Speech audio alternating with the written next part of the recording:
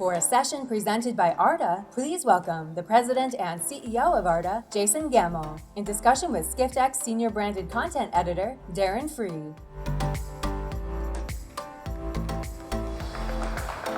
All right. Jason, welcome to Skift Global Forum. Thank you, Darren. Good morning. Good morning. Good morning. It's great to have you here. I'd like to tell our audience, I'm really excited to say Skift and ARDA recently partnered on a white paper about the future of the vacation ownership industry, where timeshare is heading in the next 3 to 5 years.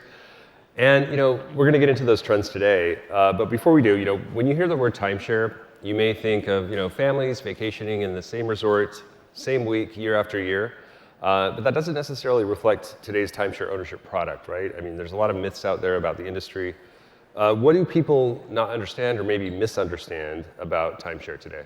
There are quite a few things, Darren. And first of all, I'm not going to ask for a raise of hands for those who are timeshare owners, but I can tell you this much. If you are an owner and want to talk about it after the presentation, I'm your guy, okay? So it's a safe space with me. There are a number of misconceptions, and let's start with what you were just talking about, Darren. When you look at where the product is today, so much has evolved in the timeshare industry over the several decades. If you look at the people, the developers who are in there, today the timeshare industry is dominated by major brands. It's Marriott, it's Hilton, it's Disney, Travel + Leisure through the Club Wyndham brand, it's Holiday Inn. So many of the major hospitality brands are in the space, and they're the ones who are doing the most active sales. It's really helped bring the industry along, both in evolution in its reputation, but also for the product forms. And you're right, I think a lot of people do think of it as, yes, you do buy a week of timeshare, you go back to the same place every year, but nothing could be further from the truth. It's really become a very flexible product, one that you often hear of as denomination of points, but it's very much followed for making reservations the way you make a reservation for a hotel loyalty program. So people are able to reserve as little time as they want or as much time as they want, and to go to over 4,000 or 5,000 destinations throughout the world. So there's a lot of opportunity for people who are timeshare owners. I think that's the first thing that's a myth. Yeah. You mentioned points, and I know people can use their points for experiences. We've talked a lot about experiences over the past couple of days here. How is timeshare incorporating kind of more of an experiential offering into the core product of timeshare? Sure. The general value proposition for a timeshare owner is, for people who have ever been in one or seen the accommodations, they're really spacious accommodations, usually multi-bedroom. You have laundry facilities, a full-service kitchen. They have all the resort amenities that people are used to at a very large resort. But when it comes to the experiences part, this is where the industry really, and we've heard a lot about experiences over the last day, and listening to everyone talk about experiences, I see now where our industry stands, because most of the experiences that people were talking about were not integrated necessarily with, let's say, whatever other experience they're having, and may not be associated with the hotel or accommodation. In the timeshare industry, those who are leading the way, one such company such as Hilton Grand Vacations offers its members more than 4,000 unique experiences a year. There are sporting events, there are culinary events. You have a lot going on in the world of timeshare and experiences, and it's all done off of the same platform. So it's all being offered through the developer. So when people make those reservations for their accommodations, they're also looking at what kind of experiences they're going to want to have and are able to book those right along with it. And that's usually done several months in advance. So it's a little different than that last-minute traveler. Yeah. All these changes really, are being done to sort of appeal to modern travelers today. What about changes on the technology front? I know with AI, we talked a little bit about AI. Chesky talked about it yesterday. But there are sort of potentials with AI to enhance customer service and operations. How are you thinking about technology?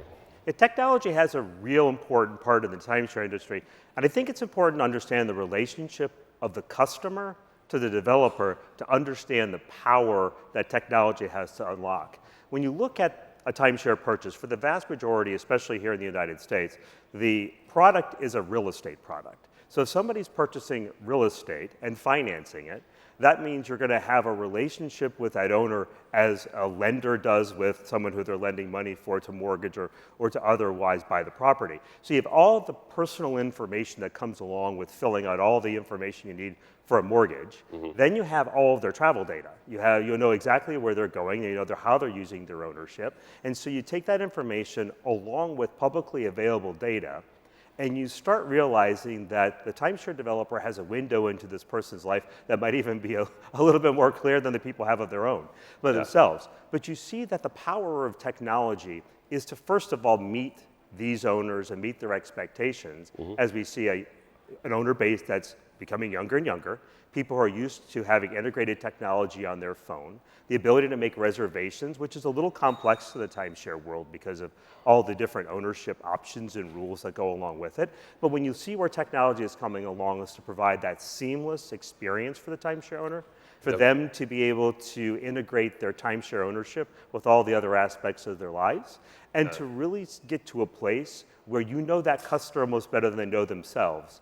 And that way it can make their experiences when they're on the property, that much better. Or when you're looking at the sales experience, trying to figure out how do we enhance this person's ownership? Well, it's gonna get so detailed as to be able to even put salesperson A with owner B, knowing that they have a lot in common, they might be the best fit, and therefore it's gonna be the best experience for both parties.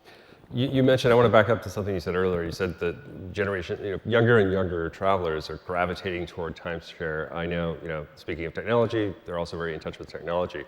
Can you talk a little bit about younger travelers and, are they taking interest in timeshare? Might come a little bit as a surprise to the audience that the vast majority of timeshare owners today are Gen Z and millennial. Right? The average age of the timeshare owner is 45 years old.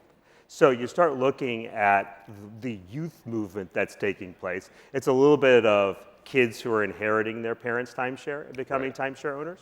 It's also people who grew up in that environment. They understand the benefit. They understand the benefit that took place over the last few years. And I think it's important to point out that as we look at the past few years and what did the timeshare do, especially through 2020 and 2021, it may come as a little bit of a surprise too that there was $4.9 billion worth of timeshare purchased in 2020. And you look at that for a second and think, how many months were we all inside? How many months were nobody going anywhere? Sure. But you know that the people who currently own love their product so much that, as you can see, is a 90% satisfaction rate as far as ownership's concerned, that even during a pandemic when people didn't know when they were going to be able to travel next or where they could go, they found that those spacious accommodations, drive-to locations that have all the amenities, especially plenty that you could do outdoor because you're mostly at beach locations or mountain, it turned into a situation where people were really excited about the future. And you can see that youth movement is on too right now, where people understand the value, especially those who choose to sort of mix their work life along with their leisure life. And those people have found that the accommodations at a timeshare resort are perfect for mixing those two. During the pandemic, there was this big boom. People were traveling to U.S. destinations mostly. And I know, timeshare is primarily a U.S. product. There's most of the timeshare resorts out there are in the U.S. There's primarily a domestic audience. But let's talk about international travel and international growth, because last year I think Skift Research reported that 22 million people, or Americans, renewed their passports or applied for a passport. It's probably going to go up this year with the online renewal. In terms of international growth, where are you seeing biggest opportunities right now?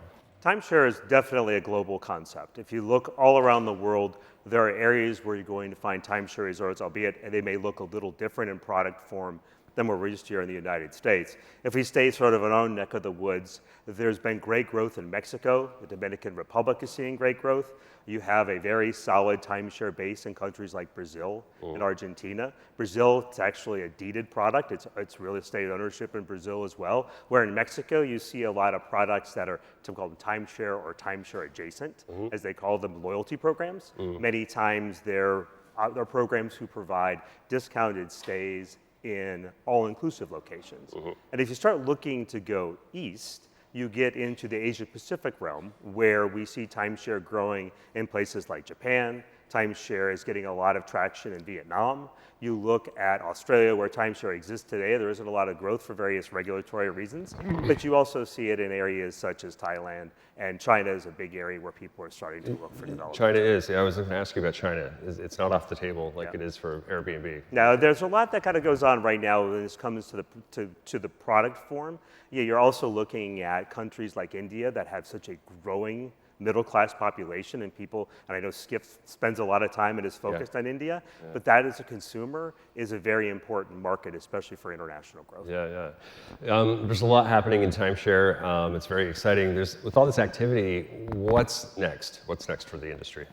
There's a lot of excitement. As we had in the white paper, we've talked a little bit about everything from the technology to what's happening important about partnerships, and that's something I want to spend a second talking about, because if you look in the timeshare industry, we've seen a lot of partnerships between timeshare brands and other hospitality and or lifestyle brands.